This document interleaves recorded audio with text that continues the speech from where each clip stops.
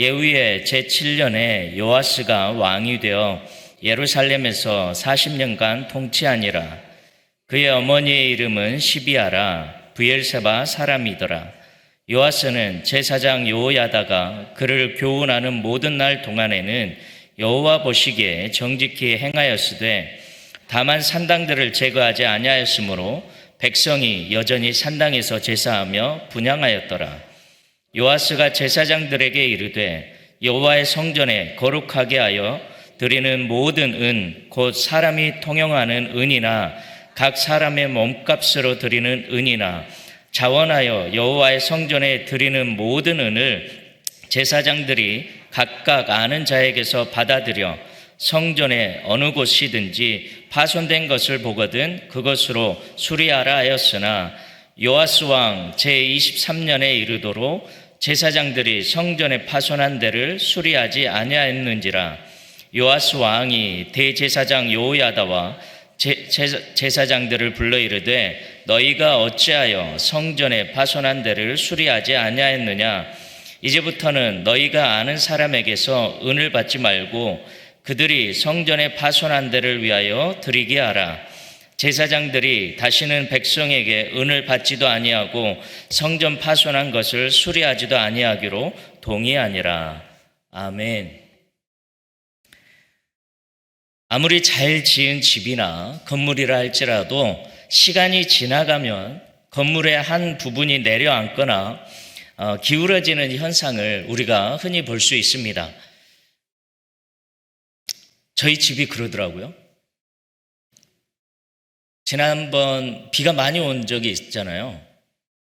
그 거실 그 큰 베란다 나가는 그 문 위에서 갑자기 물이 새는 소리가 들리더라고요.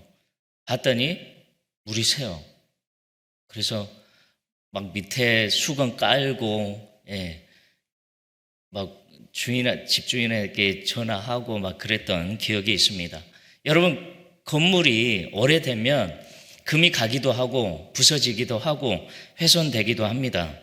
이것은 세월이 만들어낸 현상일 수도 있고 혹은 처음부터 건물을 잘못 지었기 때문일 수도 있습니다.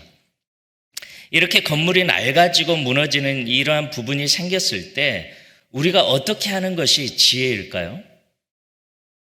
약한 부분을 빨리 보수하고 고치는 것이 지혜인 것이죠. 그런데 그것을 아는데도 우리가 그냥 내버려 두면 어떻게 될까요? 큰 재난을 경험할 수 있습니다. 그러면 건물만 보수가 필요한 것일까요? 그렇지 않습니다. 우리 인간의 마음도 악한 것으로 가득 차게 되면 얼마든지 낡아지고 무너질 수 있는 것입니다.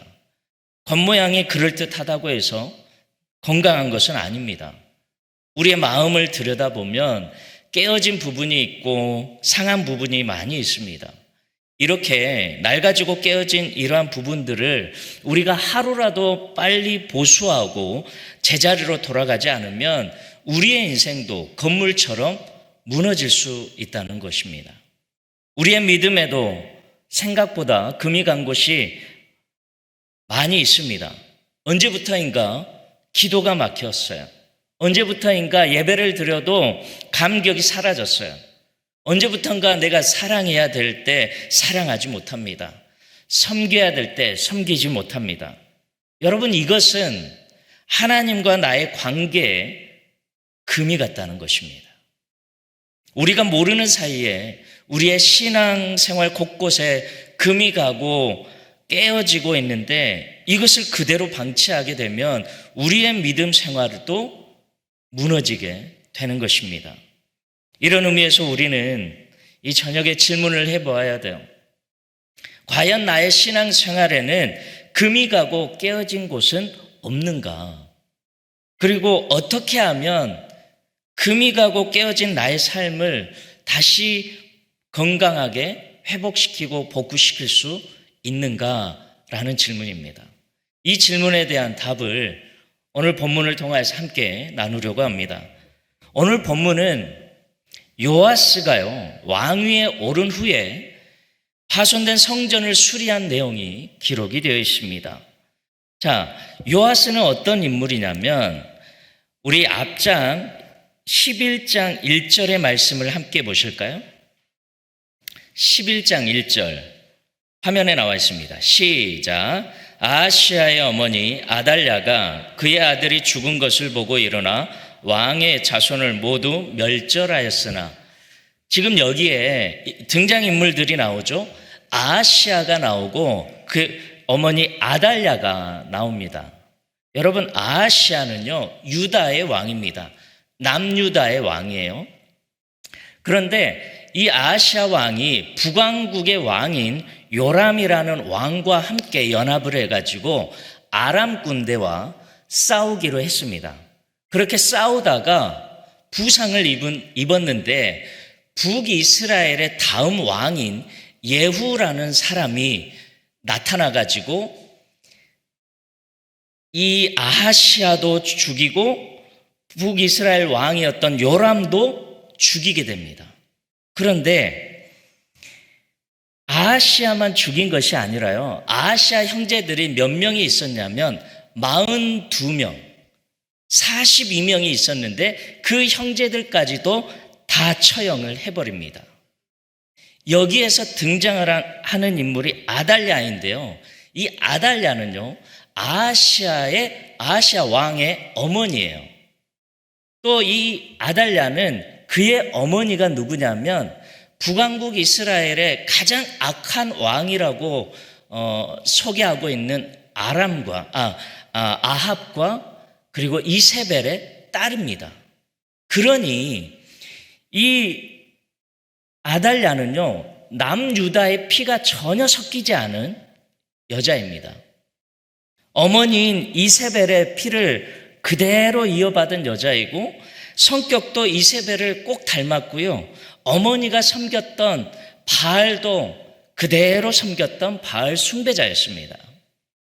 그런데 자기 아들 남왕국 유다의 그 왕인 아하시아가 죽어버린 거예요.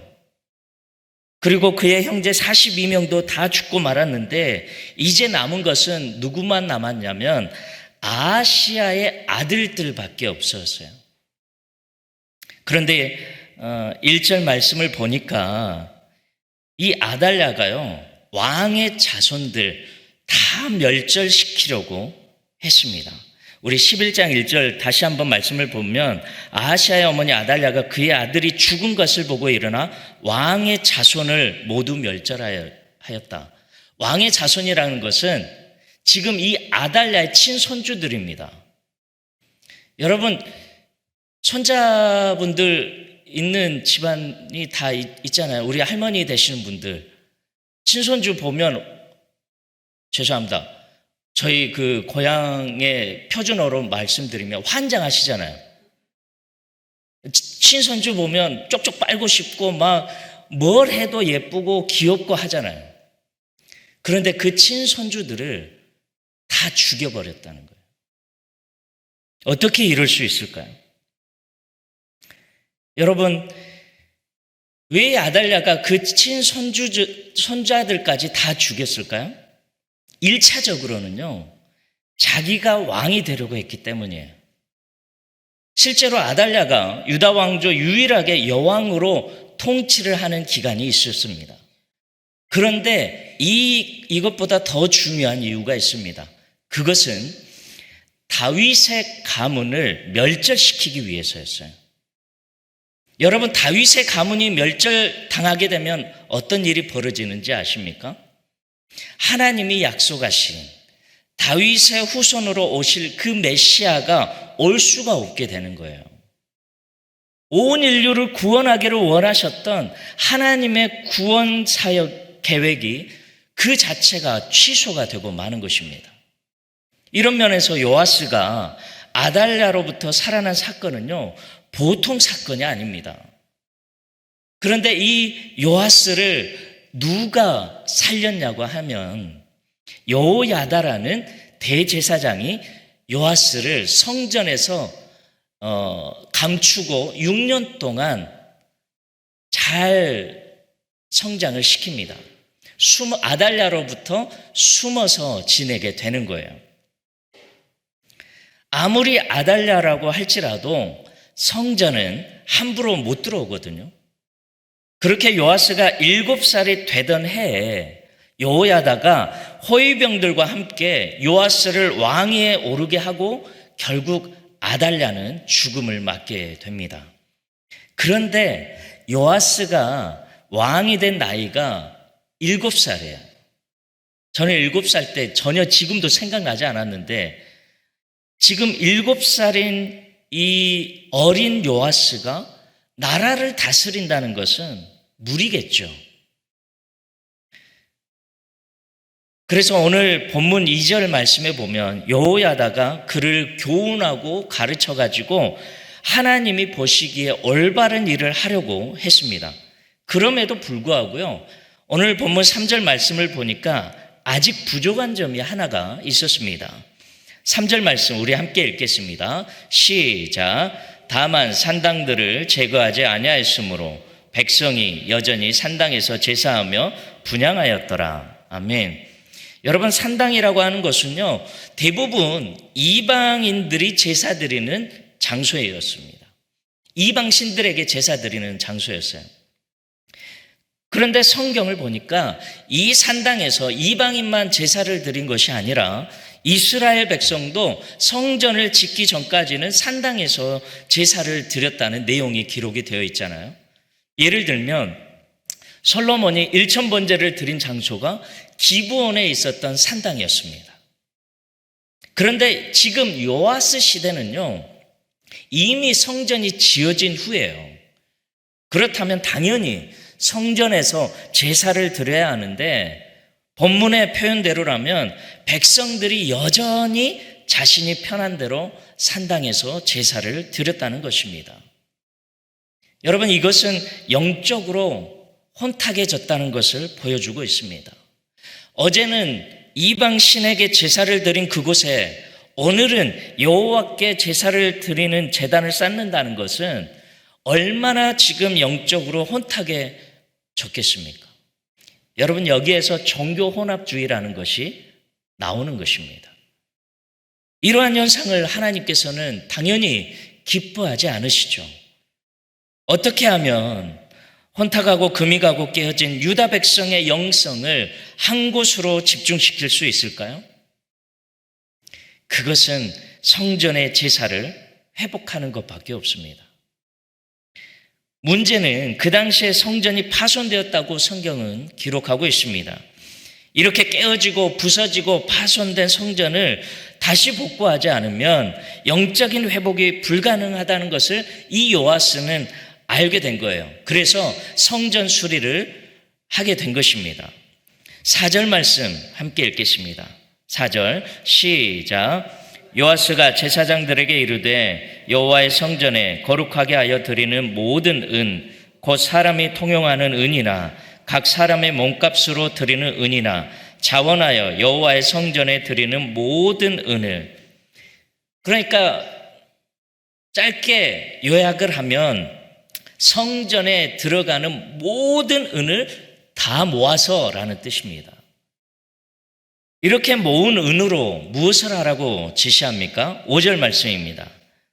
시작. 제사장들이 각각 아는 자에게서 받아들여 성전의 어느 곳이든지 파손된 것을 보거든 그것으로 수리하라 하였으나, 지금 파손된 성전, 지금 영적인 이 이스라엘을 하나로 묶을 수 있는 영적인 회복을 위해서는 성전을 수리해야 되는데, 이 은을 가지고, 성전에 들어온 모든 은을 가지고 성전을 수리하라고 한 것입니다. 여러분, 그렇다면 왜 애초에 성전이 파손되었을까요? 1차적인 문제는 성전을 짓고 많은 시간이 지났기 때문입니다. 여러분, 성전이 언제 지어졌죠? 솔로몬. 대단하십니다. 솔로몬 때 지어졌죠. 솔로몬 때 지어지고 지금 요아스가 있는 이 시대까지 몇 년이 흘렀냐면 130년이 흘렀어요. 그러면 당연히 성전도 부서지는 곳이 있고 금이 가고 회파된 곳이 있었겠죠.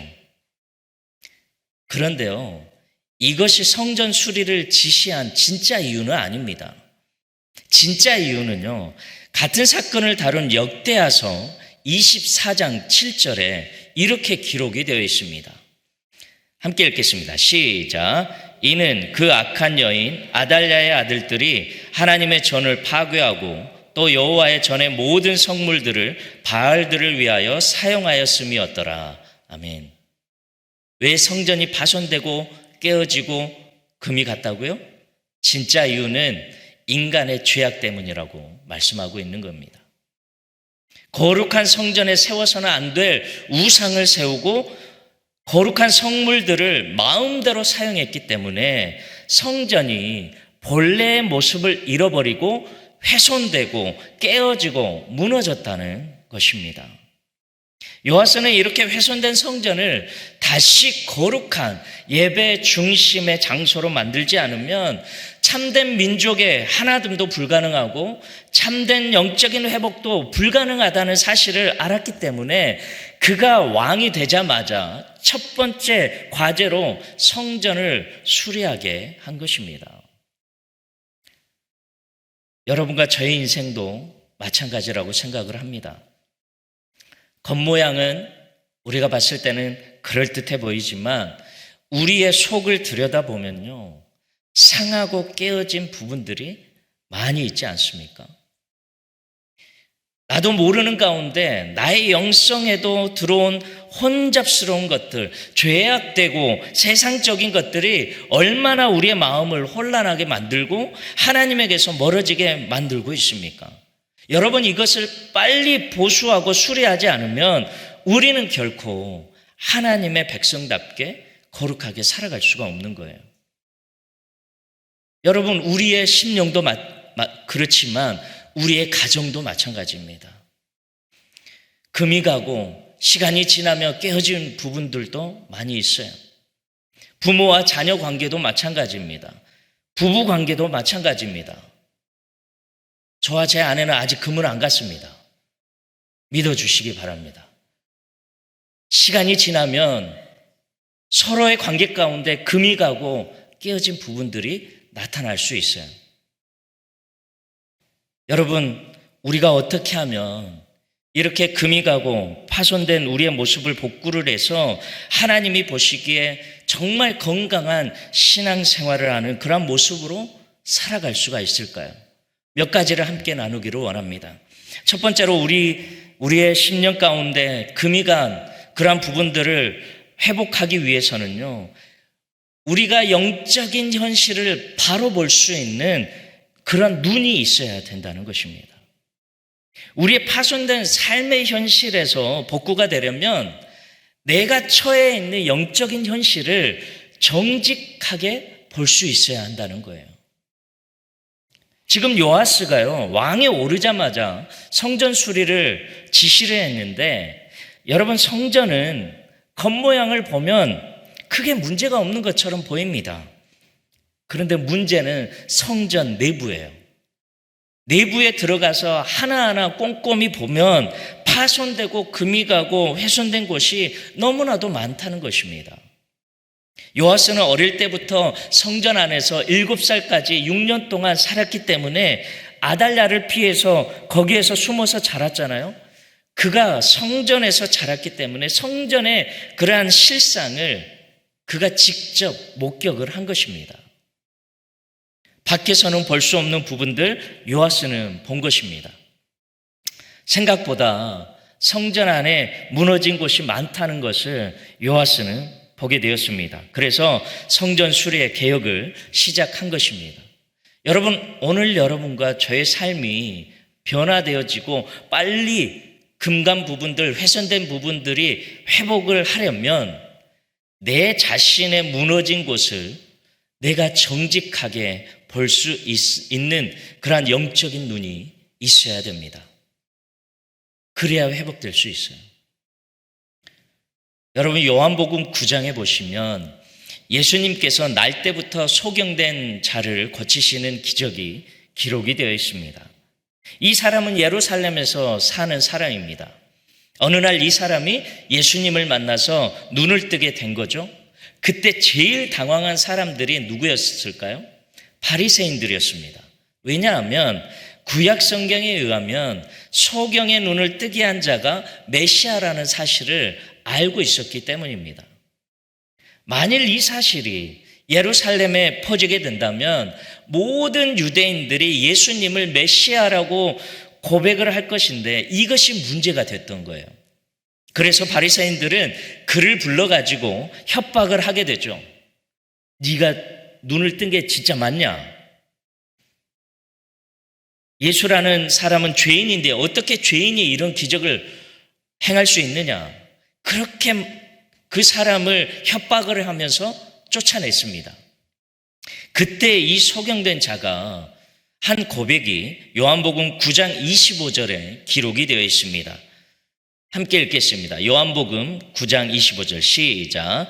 대답하되 그가 죄인인지 내가 알지 못하나 한 가지 아는 것은 내가 맹인으로 있다가 지금 보는 그것입니다. 아멘. 여기에 보면요, 신앙의 특징이 나와 있습니다. 이 사람은 정직한 신앙을 가지고 있었어요. 숨기지 않았습니다. 나 맹인이었다. 그런데 눈을 뜨게 되었다라는 정직한 고백을 하고 있습니다. 여러분, 단순한 신앙의 고백이었어요. 그리고 예수 그리스도를 체험한 체험적인 신앙을 가지고 있었습니다. 그럼에도 불구하고 이것을 막으려고 했던 바리새인들을 향하여서 예수님께서 이렇게 말씀하셨어요. 41절 읽겠습니다. 시작. 너희가 맹인이 되었더라면 죄가 없으려니와 본다고 하니 너희 죄가 그대로 있느니라. 아멘. 예수님은 소경되었던 자를 소경이라고 하지 않고 바리새인들을 소경이라고 말씀하셨습니다. 주님은 여러분의 마음속에 정직함을 보기를 원하십니다. 숨기려고 하고 아닌 척하는 것을 하나님은 싫어하십니다. 아프면 아프다고 해야 치료가 가능해지는 것입니다. 우리가 하나님 앞에 정직하게 나아가서 나의 실체를 있는 그대로 보여드려야지 치료가 가능한 거죠. 여러분 가운데 아파서 병원에 가서 의사 앞에 섰는데 나의 아픈 곳을 감추시는 분이 계시나요? 창피해서. 그런 분이 계시면 치료가 되지 않습니다. 부끄럽더라도 아픈 곳을 의사 앞에 보여줘야, 정직하게 보여줘야 치료가 가능하잖아요. 마찬가지예요. 우리도 하나님 앞에 나의 정직한 모습, 나의 연약하고 부족한 모습, 그 정직함으로 나아가야 된다는 것입니다. 내 마음에 죄와 고통이 없다고 생각하는 사람이 과연 십자가를 필요로 하겠습니까? 내 심령이 무너진 곳이 하나도 없고 문제 없다고 생각하는 사람이 하나님의 은혜를 간구하겠습니까? 오늘 우리가 정직한 눈을 가지고 나의 영적인 실체를 바로 볼 때 십자가를 향하여서 나아갈 수 있게 되고, 그때 금이 가고 파손된 나의 심령의 진정한 회복이 가능해지는 것입니다. 이것이 첫 번째예요. 우리에게 정직한 눈이 있어야 됩니다. 두 번째, 우리에게 필요한 것은 금이 가고 깨어진 우리의 심령이 회복되려면 바른 교훈을 받아야 합니다. 우리에게 바른 교훈이 필요해요. 내가 누구인지 정직하게 보는 것 중요합니다. 그런데 이것만으로 치유가 되는 것은 아닙니다. 내 자신을 변화시킬 그러한 능력이 필요한데, 그 능력은요, 나의 힘으로 되는 것이 아니라 진리의 말씀으로부터 온다는 것입니다. 여러분, 오늘 본문의 말씀 2절 함께 읽겠습니다. 2절 말씀 시작. 요아스는 제사장 여호야다가 그를 교훈하는 모든 날 동안에는 여호와 보시기에 정직히 행하였을 때, 지금 여기에 나오는 여호야다, 말씀드렸듯이 대제사장입니다. 요아스를 몰래 숨겨서 키운 사람입니다. 그래서 요아스에게는 영적인 지도자였고 스승이었죠. 그렇기 때문에 여호야다를 통해서 요아스가 받게 되는 교훈이라면 어떤 교훈이었을까요? 그건 당연히 하나님의 말씀이었겠죠. 하나님의 말씀의 교훈이 있었기 때문에 요아스가 왕이 되었을 때 이 영적인 개혁을 시도할 수 있었던 것입니다. 여러분과 제가 무엇인가 변화받으려면 여러분, 내 스스로 변화될 수 없습니다. 나는 나를 변화시킬 수 없다? 절대로 되지 않습니다. 오직 진리의 말씀으로 변화될 수 있는 거예요. 이런 면에서 여러분이 말씀을 정기적으로 공급을 받는 것은 대단히 중요한 영적인 생활입니다. 여러분은 어디에서 말씀의 공급을 받고 계십니까? 현대 많은 그리스도인들 중에 우리 교회는 없지만 많은 그리스도인들 중에 주일 한 번 주어지는 말씀으로 일주일을 살아가려고 합니다. 물론 여러분 그것도 안 하는 것보다는 나은데요. 과연 그것으로 충분할까요? 여러분 하루에 식사 몇 끼 드시나요?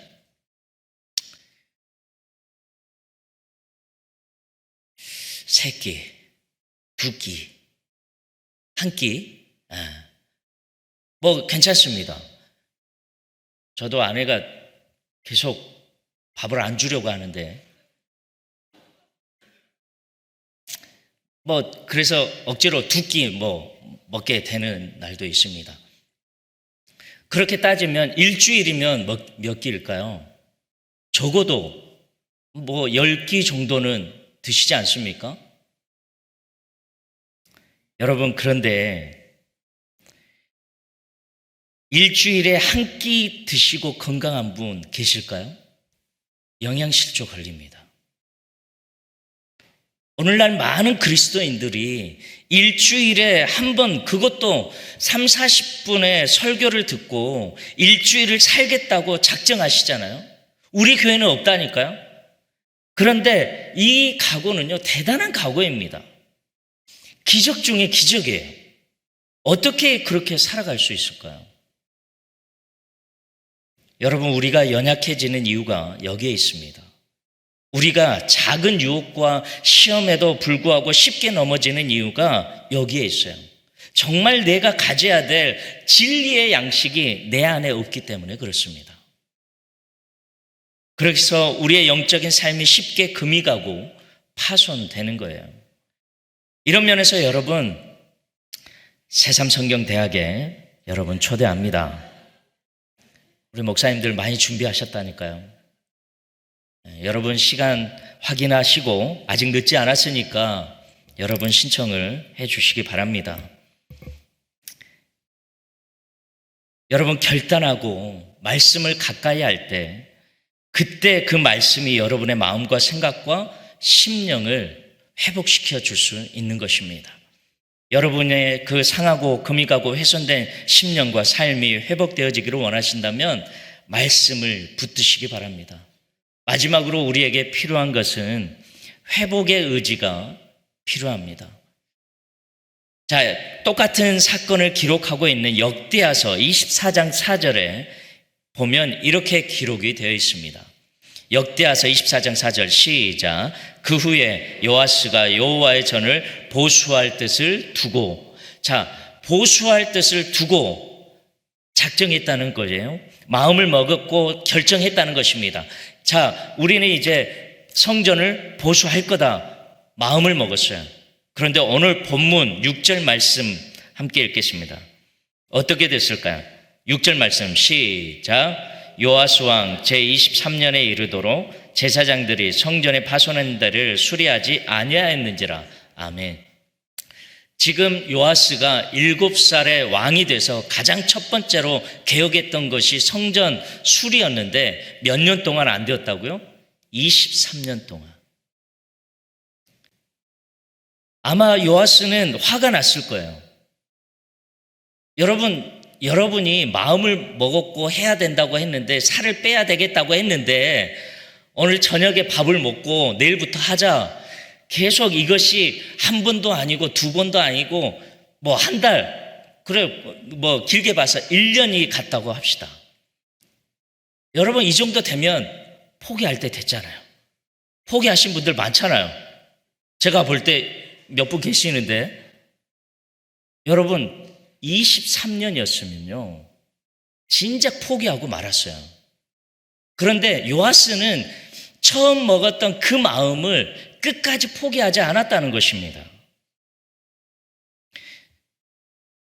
여러분 23년 동안 성전 수리하라고 돈을 모으게 했잖아요.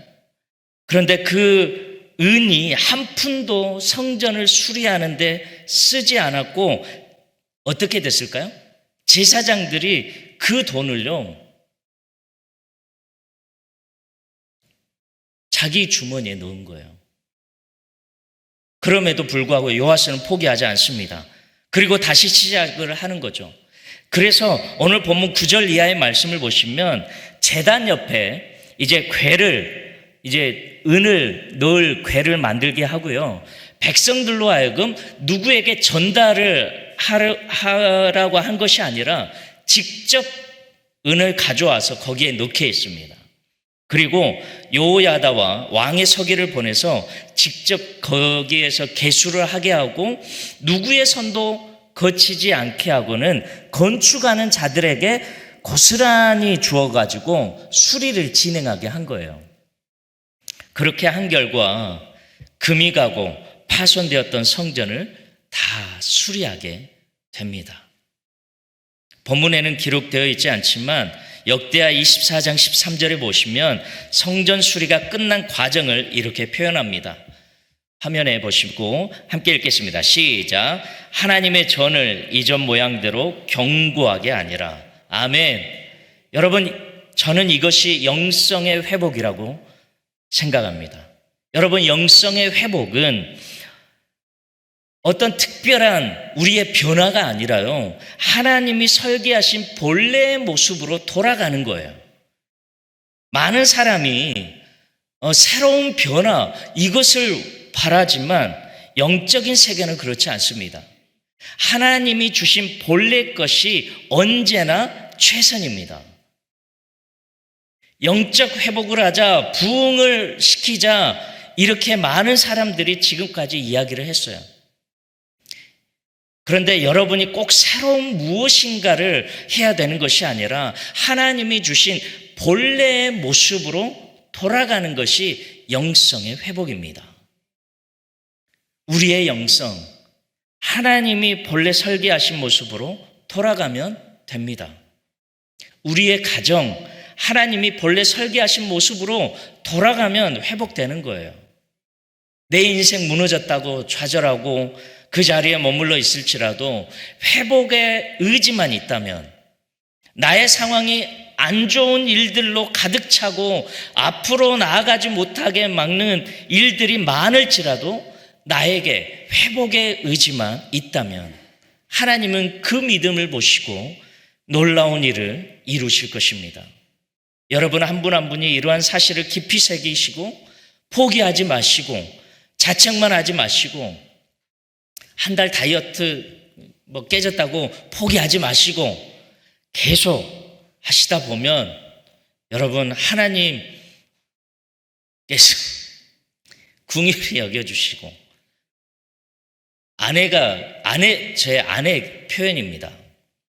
그렇게 먹기만 하고 운동을 하게 되면 건강한 돼지가 될 거야, 이렇게 말을 하더라고요.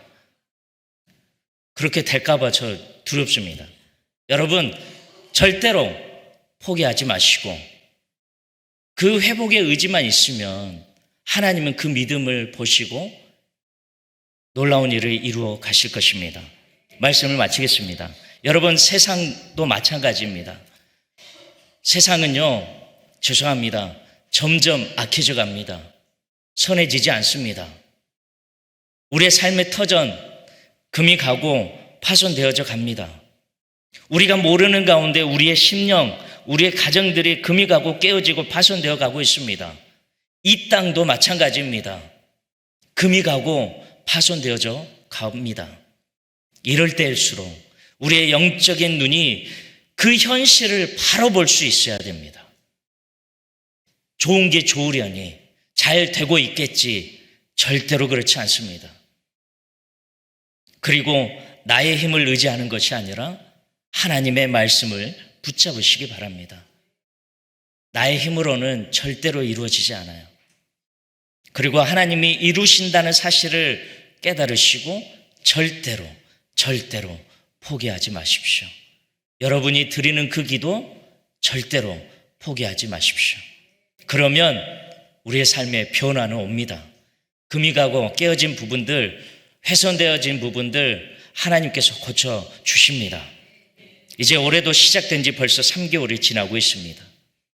여러분, 더 늦기 전에 다시 여러분의 심령을 점검해 보시고 우리의 가정을 점검해 보셔서 깨어지고 금이 가는 부분이 있는지를 점검해 보시고, 만약에 그것이 보인다, 여러분 금이 가거나 훼손된 부분이 있다면 빨리 보수하시기 바랍니다. 그런데 우리의 힘이 아니라 하나님의 말씀으로 회복의 의지를 가지고 주님 앞에 나아갈 때 이 금이 가고 훼손되어진 부분들은 하나님께서 역사하여 주셔서 회복될 수 있습니다. 그러한 회복의 역사가 있는 여러분과 제가 되기를 주님의 이름으로 축복합니다.